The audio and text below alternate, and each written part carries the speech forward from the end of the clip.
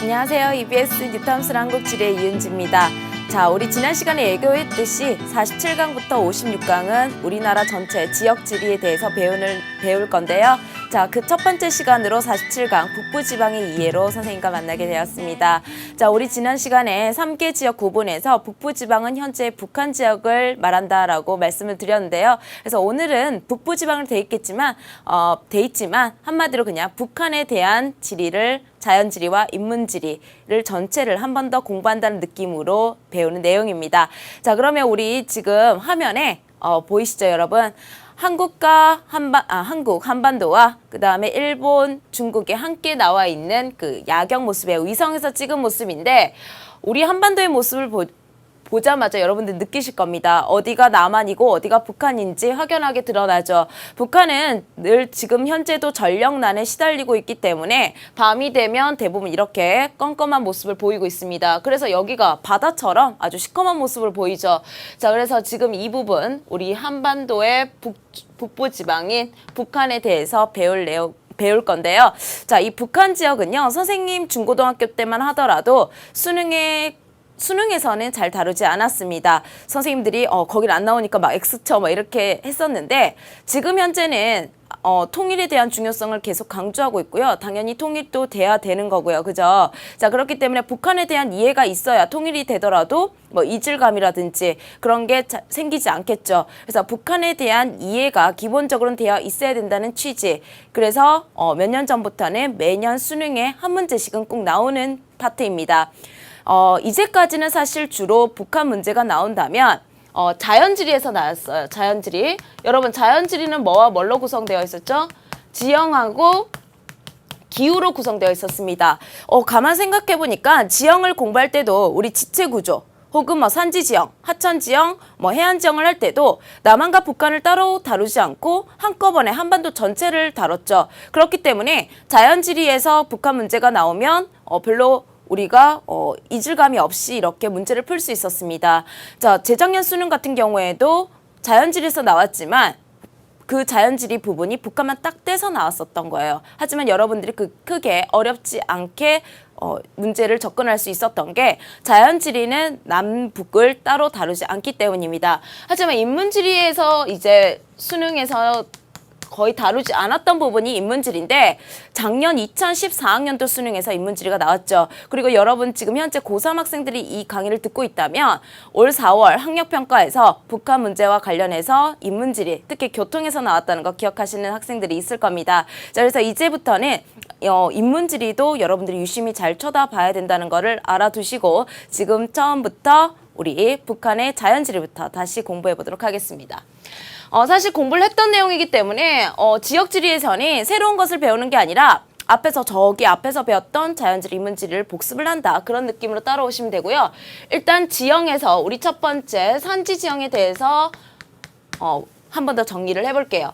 일단 북한은요, 산이 많아요. 그죠? 국토의 80%가 산입니다. 한반도 전체가 70%라면 북한은 그 우리나라 전체에 비해서도 비중이 높죠. 그리고 2,000m 넘는 산이 꽤 많이 분포를 해요. 우리 남한은 2,000m 넘는 산이 한 개도 없습니다. 가장 높은 산이 한라산인데 그것도 1,950m 밖에 안 됐죠. 근데 북한은 이렇게 고도가 높은 산들도 아주 많이 분포한다는 거 알아두시고요.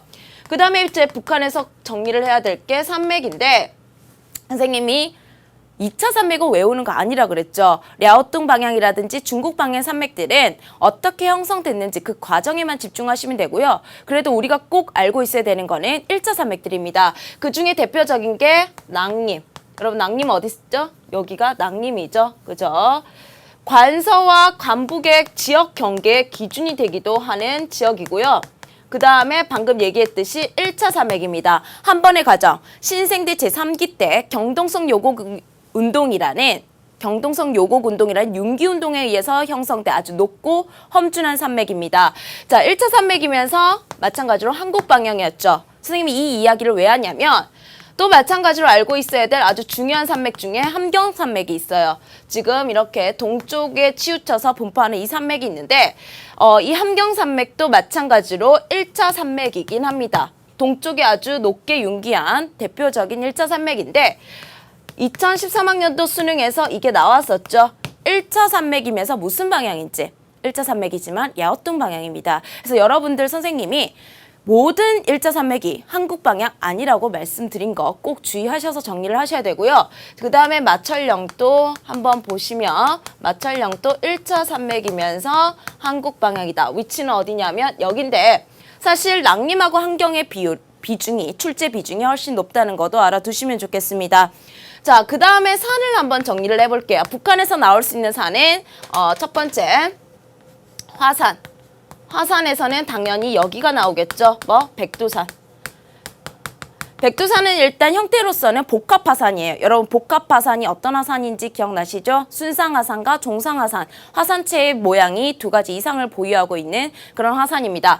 거기다가 중요한 거는 가장 꼭대기에 아주 깊은 그리고 아주 큰 칼데라호 천지가 있다는 거 알고 계셔야 됩니다.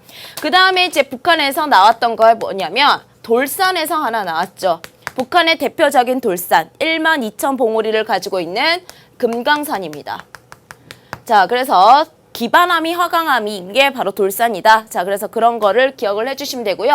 자, 백두산의 위치를 한번 여기서 잡고 가도록 하겠습니다. 여러분, 백두산은요, 여기가 아니에요. 여기가 아니라 여기가 바로 백두산의 위치라는 거. 여러분들이 가끔 이 중강진하고 헷갈리는데 출제자들도 잘 알고 있습니다. 여러분들이 잘 헷갈려 한다는 거. 그래서 백두산. 그 다음에 금강산은요. 휴전선의 바로 북쪽에 자리를 하고 있고요. 동해안에 붙어서 위치하고 있는 이 금강산의 위치도 한 번 더 체크해 두시길 바랍니다. 자, 그래서 우리가 산을 정리를 했고요. 그 다음에 하천하고 평야인데 이 하천하고 평야는 어떻게 보면 같이 가는 거죠. 왜? 우리나라 평야는 대부분 범람원에 의해서 형성된 평야이기 때문에 하천 중하류 지역이 이제 평야 지역이 될 텐데 그럼 하천이 어디로 어떤 방향으로 잘 발달을 하냐. 자, 우리나라 하천은요. 우리나라 지형의 영향을 받고 있습니다. 우리나라가 전체적으로 무슨 지형이죠? 동고서저죠. 남한이든 북한이든 동쪽으로 흐르는 하천은 잘 발달할 수가 없습니다. 대부분의 하천이 황해로 흐른다는 거. 자, 그런데 하나 잡고 가야 될 건 뭐냐면 그래도 북한에는 동쪽으로 흐르는 강 중에서 배워야 될, 알아야 될 강이 하나 있습니다. 바로 뭐? 우리나라 한반도 전체에서 동해로 흘러가는 강 중에 가장 스케일이 큰, 유로가 긴 강, 두만강입니다.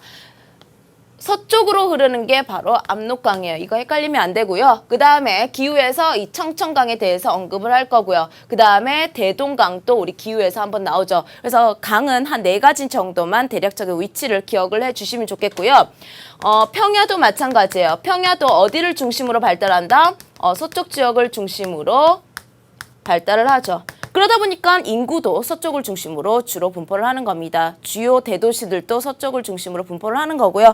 자, 그래서 우리가 북한의 지형을 대략적으로 정리를 해봤고요. 자, 두 번째는 우리 기후 다시 한번 정리를 해보도록 할게요.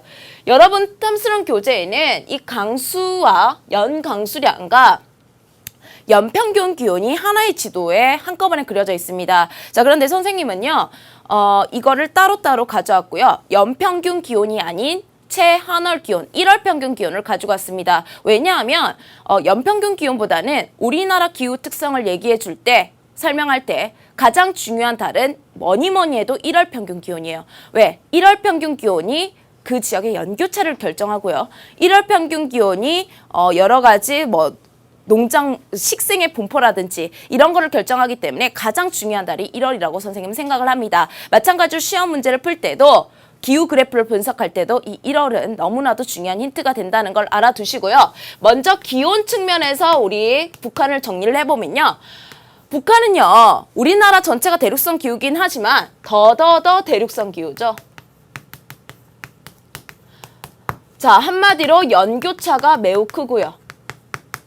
가끔 연교차라는 단어가 아닌 대륙도라는 단어로서 보기에 나오더라도 그게 연교차랑 같은 말이다라는 거를 정리를 해주시면 됩니다. 자, 그리고 겨울이 어떠냐면 겨울이 매우 길고요. 그 겨울 또한 매우 춥습니다. 우리나라는 여름보다 겨울에 지역별 차이가, 지역차가 훨씬 크게 나타난다 그랬죠. 자, 그래서 겨울이 아주 추운 지역이 북한이고요. 자, 특히 선생님이 겨울 기온을 따로 떼서 한번 정리를 해보도록 하겠습니다. 자, 북한만 따로 보더라도 저위도 지역이, 북한의 저위도 지역이 그래도 고위도보다는 어떻습니까? 그죠? 겨울에 따뜻하죠. 그리고 그 차이도 우리나라 국토의 크기에 비해서 꽤 많이 나는 편입니다. 그리고 해안에 위치한 지역이 내륙에 위치한 지역보다 겨울에 어떻다? 따뜻하죠. 이거는 수륙 분포, 비열의 차이 때문에 발생하는 거고요. 그 다음에 그 바다 중에서도요. 시험 문제 아주 잘 나오는 지역이 이 라인인데 서해하고 동해예요. 똑같이 바다죠. 그런데 바닷가에 있는 남포, 안 적혀 있지만 여기가 남포, 그 다음에 원산. 똑같은 바다이지만 겨울 평균 기온이 다르다는 거는 다른 바다라는 거죠. 어떤 바다? 수심이 더 깊고 그래도 난류의 영향을 받는 바다고 수심도 얕고 온도 변화가 큰 겨울에는 온도가 더 빨리 내려가는 그러한 서해 바다에 위치하고 있는 도시이기 때문에 이거를 잘 기억하셔야 됩니다. 겨울에도 어디가 더 따뜻하다? 동해가 서해보다 따뜻하다. 그럼 여름에는요? 동해가 더 시원하죠. 그래서 동해가 연교차가 작고 서해가 연교차가 크다는 거. 자, 그래서 이 동해가 따뜻하는 거는요. 바로 이 지형과 그 다음에 어떠한 바다에 위치하느냐, 해류의 영향 이런 것들로 설명할 수가 있습니다. 자, 그래서 시험 문제 이런 것들이 몇 번 언급된 적이 있죠. 자, 그래서 선생님과 북한의 기온에 대해서는 한번 정리를 해봤고요.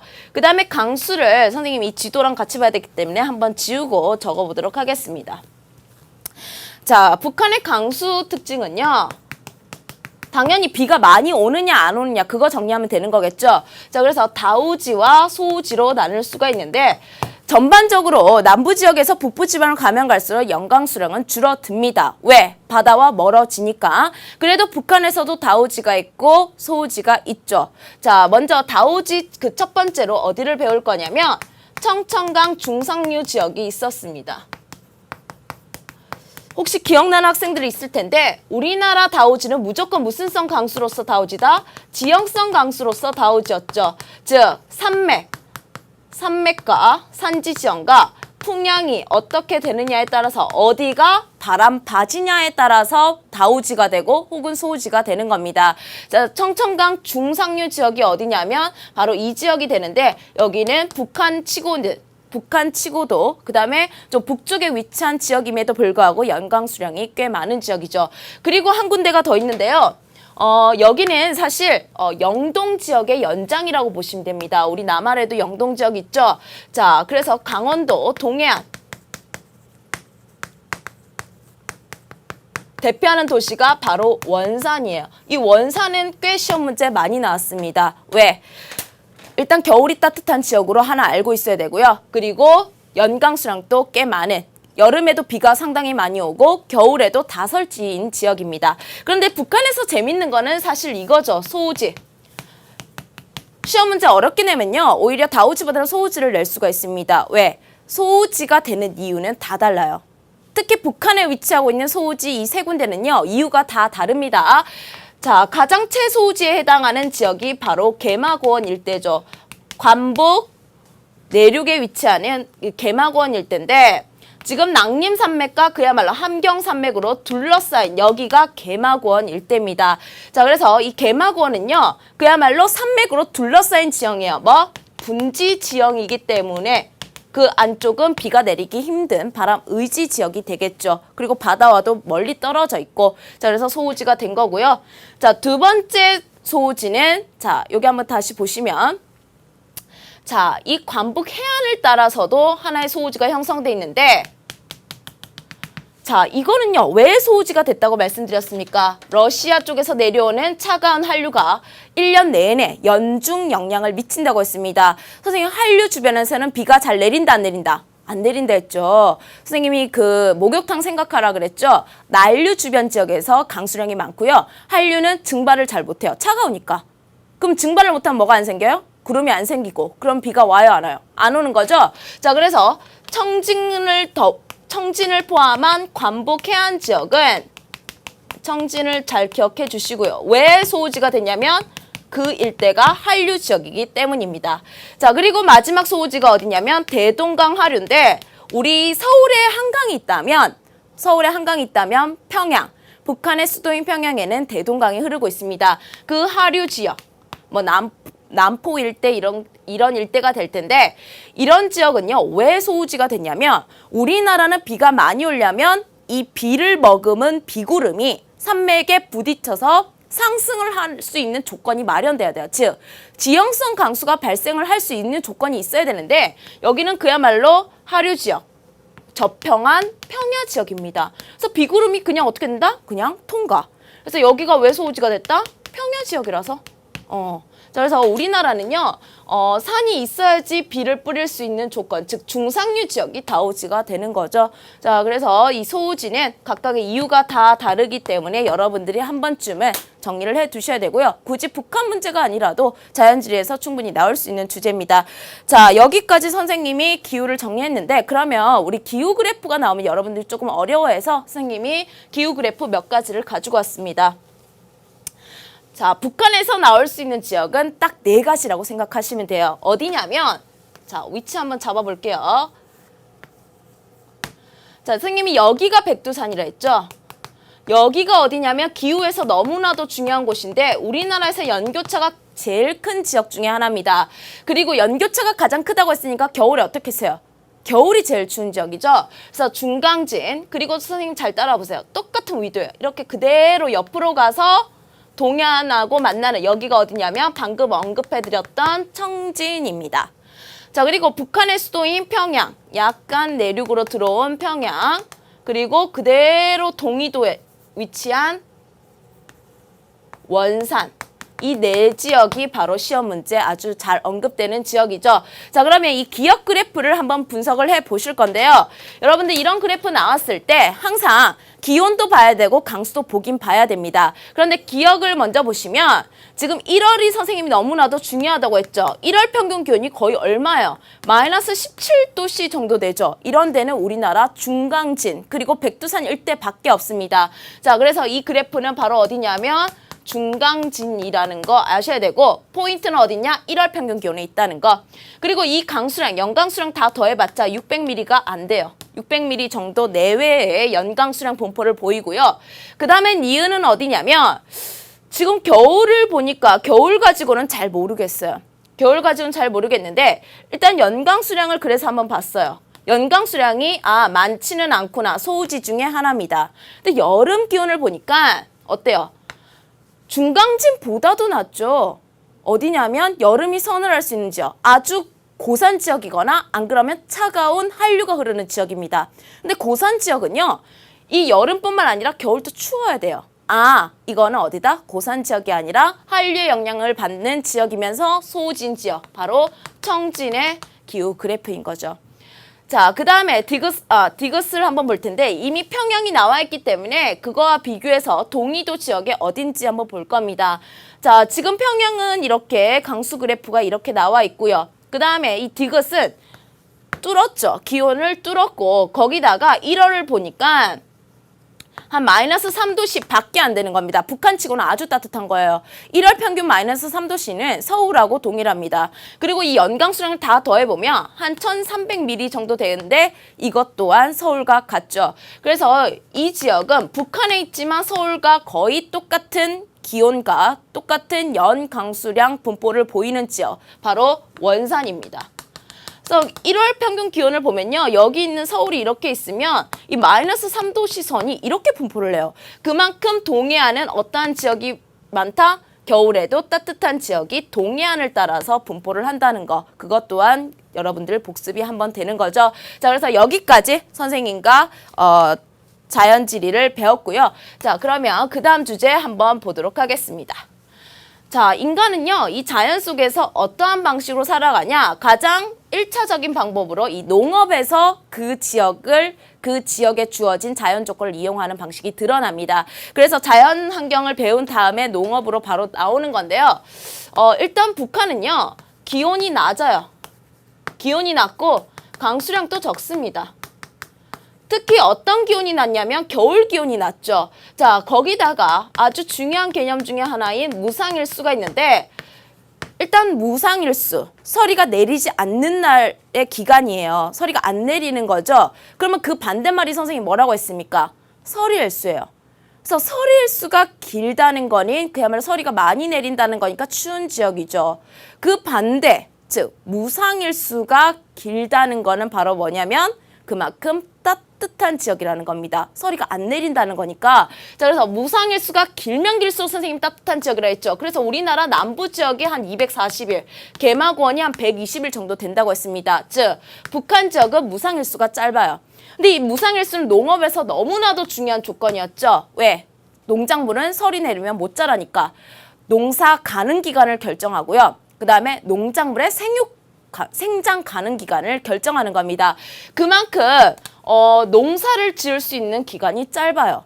거기다가 지형적으로도 어떠냐면 얘네들은 산지가 많다 그랬죠. 그래서 어떻게 됐습니까? 지금 북한하고 남한하고 북한의 총 경지 면적과 각각의 비율이 나와 있는데 얘네들은 남한보다 경지 면적은 넓어요. 왜?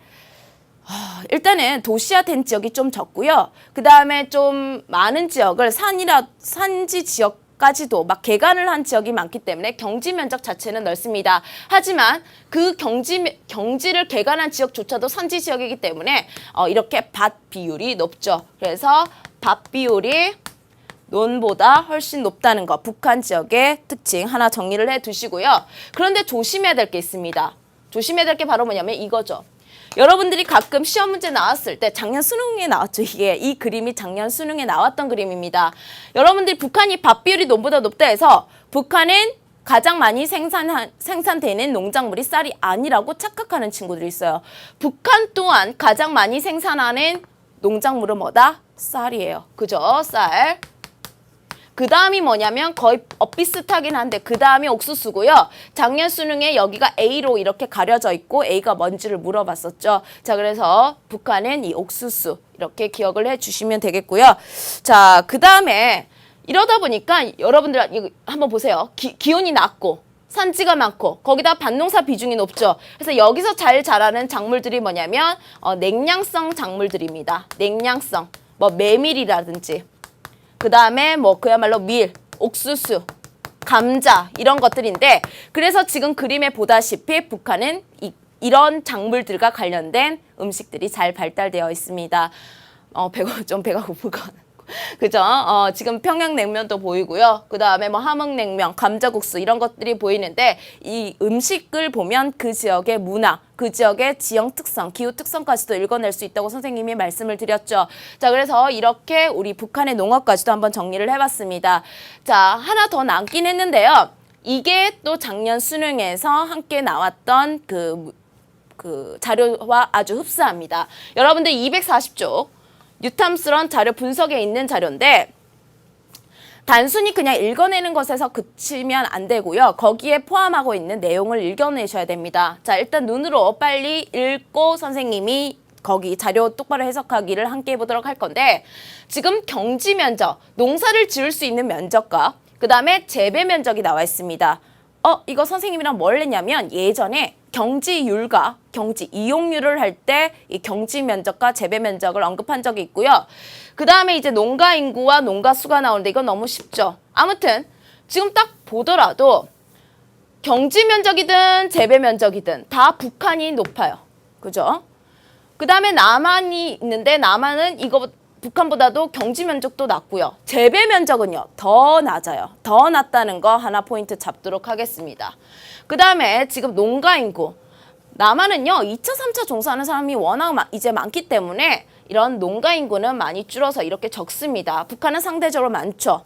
그 다음에 농가 수도 북한이 많습니다. 자, 그럼 이것들을 조합해서 선생님이 뭐를 할 거냐면 지금 경지 면적은 선생님이 방금 봤듯이 남한이 북한보다 많아요.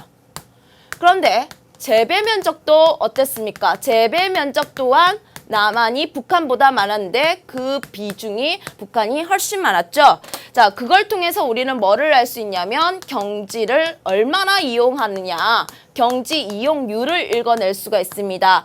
주어진 경지 면적을 농사를 지을 수 있는 면적이죠. 그걸 얼마나 이용을 했냐, 실제로 재배한 면적을 비율로서 우리가 찾아낼 수 있는데 자, 당연히 어디가 더 적극적으로 땅을 활용하고 있다는 걸 느낍니까? 북한이죠. 그죠? 북한입니다. 그만큼 남한은 땅을 어떻게 하고 있다? 놀리고 있는 거죠. 그죠? 그래서 1번하고 2번은 서로 반대되는 개념이기 때문에 이렇게 반대로 체크가 되는 거고요. 그 다음에 이 3번은요. 만약에 자료 해석 문제로 나왔을 때 만약에 물어본다면 지금 농가 인구 수도 북한이 많고요. 그 다음에 농가 수도 북한이 많습니다. 하지만 지금 이거 남한은 거의 1대1이에요. 근데 북한은요. 이 한 가구당 농가 인구수를 하면 당연히 어떻겠습니까? 한 집에 사는 사람이 북한이 더 많겠죠. 자, 그래서 그 말이니까 여러분들이 쉽게 해결할 수 있을 겁니다. 자, 여기까지 선생님과 농어까지 정리를 해봤고요. 이제 본격적으로 북한의 인문환경 정리해 보도록 하겠습니다. 자, 인문환경은 그야말로 인문질인데 뭐를 쭉 볼 거냐면 인구하고 도시 볼 거고요. 그 다음에 선생님이랑 그 인구가 많이 사는 곳이 도시이기 때문에 그 다음에 교통 볼 거고요. 그죠? 그 다음에 자원 볼 겁니다. 그 다음에 전력 생산이 어떻게 되고 있는지 이러한 주제들로 배운다는 거 먼저 머릿속에 넣으시면 되고요. 일단 북한의 인구는 한 2,400만 정도 된다는 거 기억하시면 될 것 같습니다. 남한이 한 5천만 명 정도 되죠.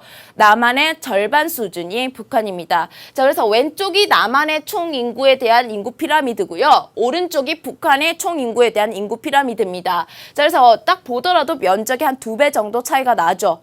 거기다가 지금 북한의 우리가 여러 가지를 분석을 해 볼 건데, 자, 먼저 총 인구수를 봤고요. 그 다음에 유소년층을 잘라서 한번 보도록 하겠습니다. 0세부터 15세가 유소년층이죠. 지금 북한도 유소년층이 그렇게 많지 않아요. 오히려 남한하고 비슷한 수준입니다. 전체적인 총인구 구조에서도 유소년층이 그렇게 비중이 높지 않죠. 앞으로 얘네들이 생산 연령층이 될 건데 오히려 생산 연령층이 줄어들 가능성도 보이고 있습니다. 자, 그렇다고 북한을 선진적인 인구 구조라고는 하진 않아요. 왜냐하면 얘네들은 지금 경제 수준이 너무 낮아요. 오히려 먹고 살 게 없기 때문에 아기를 적게 낳는 거고요. 거기다가 낳은 아기도 일찍 죽는 확률이 높습니다. 영아 사망률이 높은 지역이거든요. 자, 그래서 어떻다? 유소년층이 적다. 출산율이 낮아지고 있다. 그러다 보니까 인구 증가율 또한 그렇게 높지 않습니다. 낮죠? 자, 그 다음에 기대 수명 측면에서도 한번 보도록 하겠습니다. 자, 얼마나 살 수 있냐, 우리가 몇 살까지 살 수 있냐, 그게 기대 수명인데 지금 남한은요, 지금 65세 인구의 비중을 보더라도 북한에 비해서도 훨씬 많죠. 자, 그렇기 때문에 남한이 훨씬 기대 수명이 높겠구나. 북한은 그것보다는 일찍 사람들이 사망할 확률이 높겠구나도 알 수가 있고요. 그것 또한 당연히 그 나라의 경제 수준이라든지 의학 기술 발달 수준을 읽어낼 수 있는 거죠. 자, 그 다음에 고령화 지수입니다. 여러분, 고령화 지수는 아직 배우진 않았는데 유소년분의 노년 곱하기 100인데요. 한마디로 어떤 느낌이에요? 얼마나 그 사회가 늙었냐, 좀 노년 인구층이 많냐 이거죠. 당연히 선진국으로 가면 갈수록 그 사회의 기대 수명이 길어지면 길어질수록, 수명이 길어진다는 건 그만큼 생활 수준 같은 게 좋다는 걸 의미하는 거니까 마찬가지로 남한이 북한보다 높습니다. 그렇다고 북한이 젊은 국가다 이렇게 표현하지는 않죠. 오히려 남한이 생활 수준이 더 높다, 이런 식으로 우리가 읽어낼 수 있는 겁니다. 자, 그 다음에 우리 북한의 인구 분포와 도시 분포를 한꺼번에 정리를 할 건데, 지금 노란색으로 밝게 빛나고 있는 지역이 북한에서 인구 밀도가 높은 지역, 그러니까 대도시가 주로 분포한다고 볼 수가 있겠죠. 자, 그래서 우리 간서 지역에서 한번 대도시를 읽어내도록 하겠습니다. 낭림산맥을 중심으로 왼쪽에 해당하는 지역인데, 간서, 뭐니 해도 북한의 최대 도시는 어디냐면 평양입니다. 북한의 제1도시죠. 인구도 가장 많고요. 서울하고 거의 느낌이 비슷합니다. 그러니까 어떤 면에서 비슷하냐면 정치든 행정이든 경제든 교통이든 모든 것이 평양에서 시작을 하는 거죠. 자, 그 다음에 이제 인천하고 비슷한 느낌을 가지는 지역이 어디냐면 남포예요.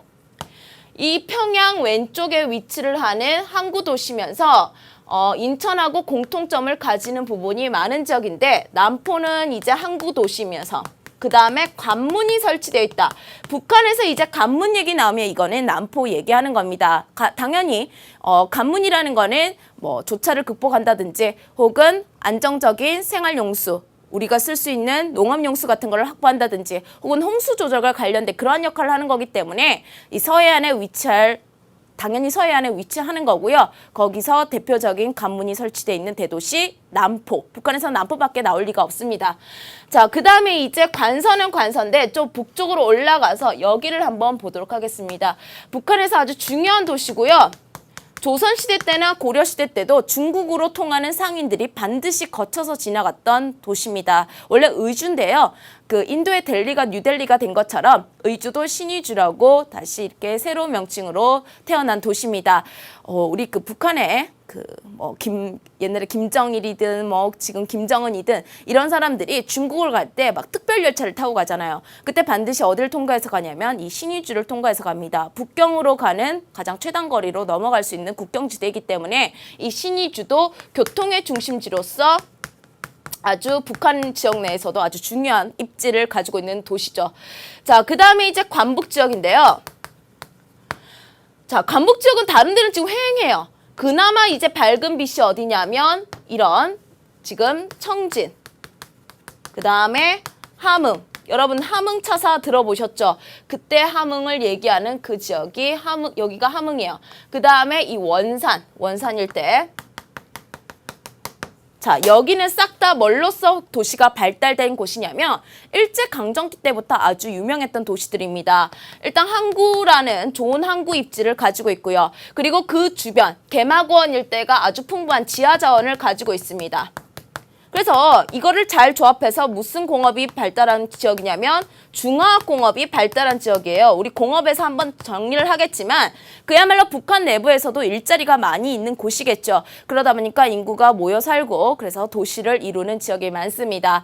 자, 그래서 관서와 관북으로 선생님이 한번 나눠봤는데 우리 항해도 지역에서 하나를 잡고 가자면 바로 개성입니다. 휴전선을 딱 건너서 우리가 만날 수 있는 북한의 대도시 중에 하나인데 여러분 개성은 개성공단이라는 그런 그 뉴스라든지 그러한 자료에서 많이 접했기 때문에 개성의 위치라든지 그리고 개성이 가지고 있는 역사적인 의미 정도는 여러분들이 한국사에서도 배웠을 겁니다. 고려의 수도였죠. 자, 그래서 우리 주요 도시 이렇게 정리를 해봤고요. 자, 그 다음에 이제 4월 학력평가에 나왔던 게 바로 뭐냐면 교통체계입니다. 북한의 교통체계는 남한과 달리 아주 확연하게 큰 차이를 보이고 있습니다. 우리 남한에서는 여객이든 화물이든 어떠한 교통수단이 가장 분담률이 높았죠? 뭐니 해도 도로였죠. 근데 북한은 남한과 확실하게 다르게 이거의 분담이 아주 높습니다. 철도. 자, 그래서 시험 문제 나올 수 있는 거죠. 왜? 아주 큰 차이를 보이니까.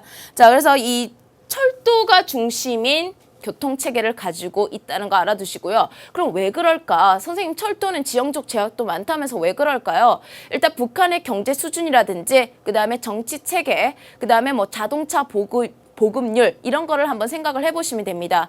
북한은 일단 이동의 자유 같은 게 허락되지 않기 때문에 인구가 자연스럽게 이동을 하기도 힘들고요.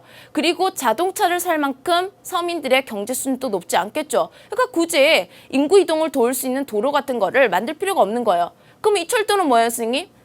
거의 90% 이상이 이제 대부분이 산업철도로 이용이 되는 겁니다. 북한의 지하자원이라든지 북한의 농수산물을 이동하는 그러한 물자 이동의 용도로서 쓴다는 것도 알아두시면 되겠고요. 그 다음에 지금 딱 보다시피 지금 철도가 있다고 하더라도 이게 전국을 다 연결하는 그런 느낌이 아니죠. 가다가 끊기고 그렇죠. 즉 필요한 부분만 연결했다는 거. 그리고 여기 지하자원이 풍부한 곳을 이제 연결하는 그러한 목적으로 연결돼 있지 그 내부적으로는 연결망이 아주 단절돼 있다는 것도 알 수가 있습니다. 자, 그래서 간단하게 어떻게 정리할 수 있냐면 동서로 연결하는 연결성이 떨어진다. 그죠? 기껏 해봤자 관서 해안 지방과 그 다음에 관북 해안 지방 평야를 중심으로 철도가 발달돼 있는 것만 정리를 하시면 됩니다. 자, 그래서 교통까지 봤죠. 그 다음 세 번째 우리 자원 한번 보도록 하겠습니다. 자원은요, 물론 북한은 남한보다 훨씬 더 질이 좋고 우수한 자원들이 많이 매장되어 있습니다. 전 세계에서도 뭐 종류별로 봤을 때 세계 10위권 안에 들어가는 그러한 매장량을 자랑하는 자원도 있어요. 자, 거기다가 뭐 구리도 있고요, 뭐 철도 있고 블라블라 남한보다는 훨씬 더 우수한데 그런 게 다 나오지 않아요. 북한의 철이 어딘지 그런 게 나올 리가 없습니다. 남한에서 잘 안 나오는 주제이기 때문에. 그러면 굳이 나온다면 석탄과 관련해서는 나올 수가 있죠. 왜? 석탄은요, 일단 두 군데죠. 언제적에 쌓였던 지층에 분포하는 지하자원이기 때문에 고생대 때요. 고생대 중에서도 우리 조선계가 아닌 후기, 평안계에 쌓여있는 지하자원, 뭐죠? 무연탄이 있죠. 그래서 이 무연탄의 분포와 관련해서는 물어볼 수도 있습니다. 자, 그 다음에 석탄 중에서 이석탄이 있습니다. 얘는 독특하게도 신생대 지층에서 나오는 석탄인데 액체 상태에 좀 가까운 탄소 성분이 좀 적은 갈탄이라는 석탄이 있었죠. 자, 그래서 이 북한에서요. 지향사라고 끝난 부분이 바로 어디냐면 이 평북 계마지계와 경기지계 사이에 분포하는 평남 지향사. 선생님 A, B, C, D, F, G 했을 때 그 A와 C 사이에 위치하는 그 부분입니다. 그러고 보니까 무연탄이 많이 분포하는구나라는 것을 알 수 있겠죠. 자, 그 다음 갈탄의 분포를 한번 보도록 할게요. 자, 여기 끄트머리. 여기 보니까 이렇게 갈탄이 많이 분포하네. 여기는 바로 어디였냐면 신생대 지층이 분포하는 그 지역이었죠. 그래서 지체 구조와 지하자원 연결해서 한번 정리할 수 있습니다. 자, 그런데 사실 시험 문제에서 인문지리에서 가장 많이 나올 수 있다고 생각하는 주제는요. 선생님 이건 것 같아요. 작년 수능 특강 그 심화 주제에서도 있었기 때문에 작년에 이제 수능을 예측할 때 에너지 소비 구조 쪽으로 조금 예측을 했었거든요. 자, 그만큼 언제든지 나올 수 있는 주제입니다. 자, 그런데 우리가 남한의 에너지 소비 구조를 잘 기억을 하고 있죠. 무슨 말이냐면 우리 남한 전체에서 가장 많이 사용하는 에너지 순서, 소비량 순서를 여러분들하고 선생님이 재밌게 외웠습니다. 뭐죠? 석탄은 1,000원. 그죠? 자, 그래서 남한을 먼저 잡고 한번 보도록 하겠습니다. 이게 뭐예요? 가장 많으니까 석유, 석탄, 탄. 그죠? 탄이 바로 석탄의 탄자를 선생님 따온 거였죠? 그 다음에 1,000원입니다. 원래 원천이었는데 현재 1,000원이 된 거랬죠? 그래서 천연가스. 그 다음에 이게 원자력이에요. 일부러 이렇게 숨겨서 왔거든요. 자, 그리고 나서 이게 딱 보시면 여기가 석탄 자리죠. 석탄. 그러고 나서 여기 보니까 남한에서는 꼴찌였던 게 지금 북한에서 2위예요. 선생님 끝까지 안 했는데 지금 석탄은 1,000원, 신수 순서예요. 신수. 신재생 다음에 남한은 거의 보이지도 않는 이게 꼴찌예요. 수력이 꼴찌인데 북한은 수력이 2위죠. 자, 그 다음에 이제 기타 신재생이고요. 그 다음에 이게 뭐냐면 4.5%밖에 안 되는 게 석유입니다. 그러면 여러분들이 캐치해내야 될 게 있어야 되죠. 뭐? 천연가스하고 원자력은 아예 사용을 하고 있다 없다? 사용하지 못합니다. 이것을 사용할 수 있는 뭐 기술이라든지 시설이 없고요. 그 다음에 원자력은 얘네들 어디 사용하는지 모르겠지만 아무튼 에너지 소비 구조에는 들어가 있지 않습니다. 그래서 남한보다도 훨씬 더 어떤 구조를 가지고 있다? 훨씬 더 단순한 구조를 가지고 있다라는 것을 알고 계시면 되고요. 얘네들 1위 뭐죠? 석탄이에요. 얘네들은 석탄을 이렇게 많이 사용할 수 있는 이유가 뭐냐면 일단은 돈이 없어서 사용하는 게 맞습니다. 그리고 돈이 없는데 그래도 도와주는 게 풍부한 석탄 매장량이죠. 그래서 북한은 가장 많이 사용하는 게 석탄, 가정용으로도 아직도 많이 씁니다. 자, 그리고 이제 수력이 2위예요. 수력 발전의 조건이 좋죠. 북한에 산지도 많고요. 경사도 급하고요. 그죠? 자, 그런데 석유를 왜 이렇게밖에 못 쓰냐? 한마디로 경제 조건이 안 좋기 때문이죠. 경제 상황이 안 좋기 때문에 석유를 수입해올 돈이 없습니다. 그래서 이렇게 낮다는 거. 자, 그래서 만약에 시험 문제 나오더라도 북한만 나올 가능성은 조금 낮고요. 우리 그 탐스러운 문제도 있는 것 같은데 남한과 비교해서 나오기 때문에 우리가 남한만 잘 기억해도 문제를 충분히 풀어낼 수 있습니다. 자, 그 다음에 우리 자원에서 배웠듯이 에너지 소비 구조를 배운 다음에는 우리가 발전반 따로 떼서 또 한 번 봤었죠. 전기를 발생하는 분야에서는 어떠한 비중으로 전기를 발생시키고 있는지 먼저 우리 복습하는 차원에서 남한부터 보도록 하겠습니다. 남한은요, 뭐니 해도 어떠한 발전소에 가장 많은 전기를 의지하고 있다? 화력이에요, 화력. 화력 발전소가 가장 많고 발전량도 상당하죠. 그죠? 그 다음이 원자력입니다. 그 다음에 수력이 가장 낮죠. 자, 그런데 북한은 잘 보세요. 일단 뭐가 안 보여요? 앞에서 원자력이 소비 구조에서도 안 나왔기 때문에 발전에서도 아예 없습니다. 아주 단순하죠. 두 개밖에 없는데 북한은 뭐가 1위다? 수력이 1위야, 수력이. 남한에서는 거의 보이지도 않는 이 수력이 북한은 1위고요. 오히려 화력이 2위입니다. 그래서 남한의 1위는 화력이지만 북한은 화력이 2위라는 거, 이걸 잘 체크해 주시고요. 원자력은 아예 있다 없다? 원자력은 없다는 거 아시겠죠? 자, 한번 여기 분포를 통해서 우리 한 번 더 정리해 보도록 하겠습니다. 먼저 화력 발전의 분포를 보니까 아까 뭐와 거의 일치합니까? 우연탄이 많이 나오는 평남 지향사 고생대 지층이 분포하는 지역과도 일치하고요. 그리고 여기가 무연탄뿐만 아니라 인구도 매우 많이 분포를 하죠. 특히 평양하고 남포와 같이 북한에서 가장 큰 대도시들이 여기에 분포를 하기 때문에 소비지 근처에 분포하는 특징을 가지는 화력발전소가 여기에 위치를 합니다. 자, 그 다음 대부분 이렇게 산지 지역을 중심으로 수력이 많이 분포한다는 걸 알아두시면 됩니다. 자, 북한은 그래서 남한과 비교를 하면서 여러분들이 이해를 해주시면 되겠고요. 자, 그 다음에 이제 마지막 주제인데 우리가 이제까지 북한의 인문지 환경까지 정리를 했다면 지금 남아있는 거는 북한의 경제 구조, 그리고 이 경제 구조 속에서 북한은 어떠한 변화를 추구하고 있는지 그 개방 정책까지 함께 살펴볼 겁니다. 자, 일단은 이게 여러분들 자료에도 비슷한 게 있는 것 같은데 일단 선생님이랑 남한과 북한의 산업 구조를 함께 비교해보면서 보도록 하겠습니다. 자, 자료 해석에서 가장 조심해야 될 게 선생님이 뭐라고 했냐면 양과 비율은 다르다고 했죠. 이거 계속 나옵니다. 분명히 수능에서도 한두 문제는 자료 해석 문제가 나와요.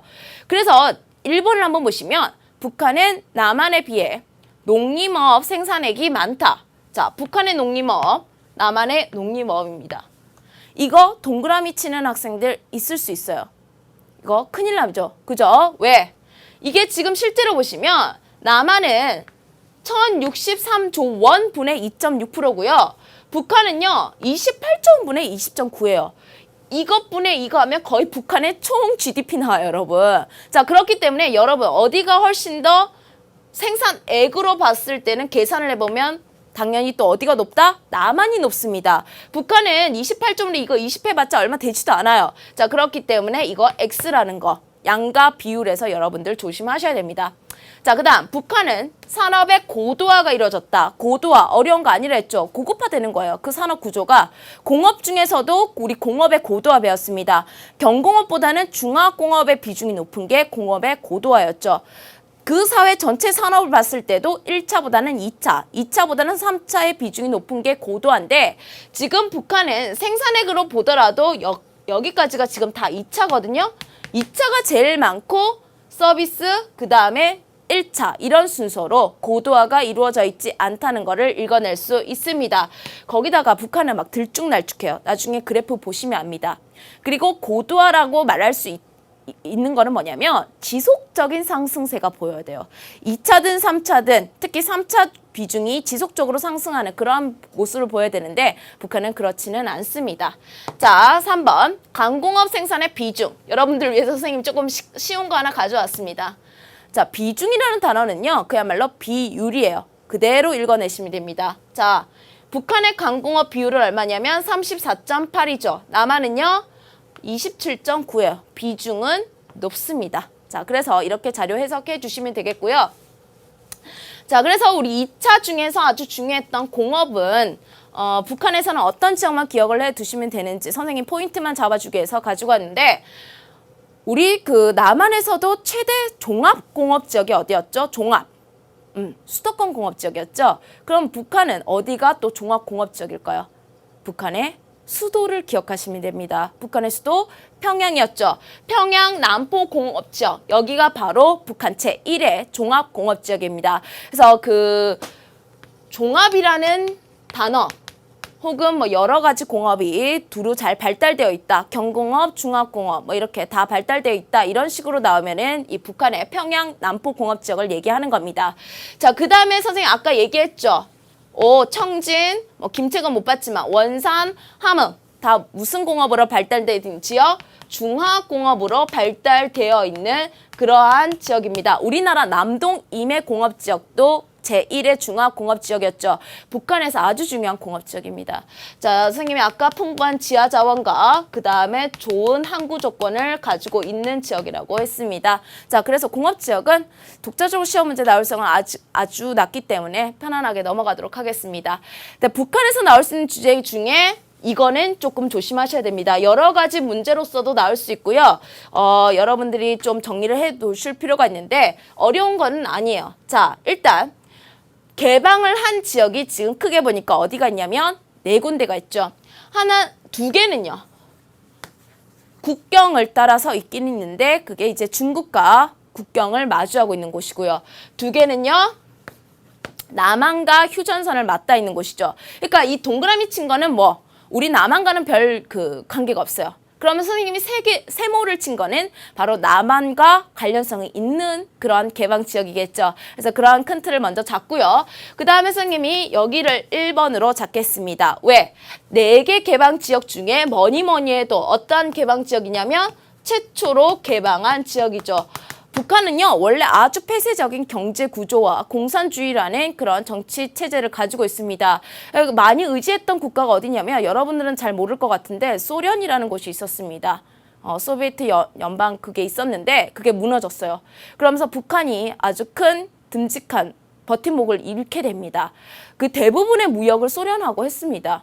자, 그럼 소련을 잃게 되면서 이제 북한은요, 이제 뭔가 남아야 될 그런 그 방안을 찾게 되는데 그 방안 중에 하나가 이제 중국과 러시아 적경지대를 오픈하는 거였죠. 근데 너무 많이 오픈해버리면 체제가 흔들릴 수도 있고요. 그 다음에 북한 주민이 동요할 수도 있기 때문에 아주 일부 지역만 아주 폐쇄적인 느낌으로 오픈을 합니다. 거기가 바로 여기 나선 경제특구고요.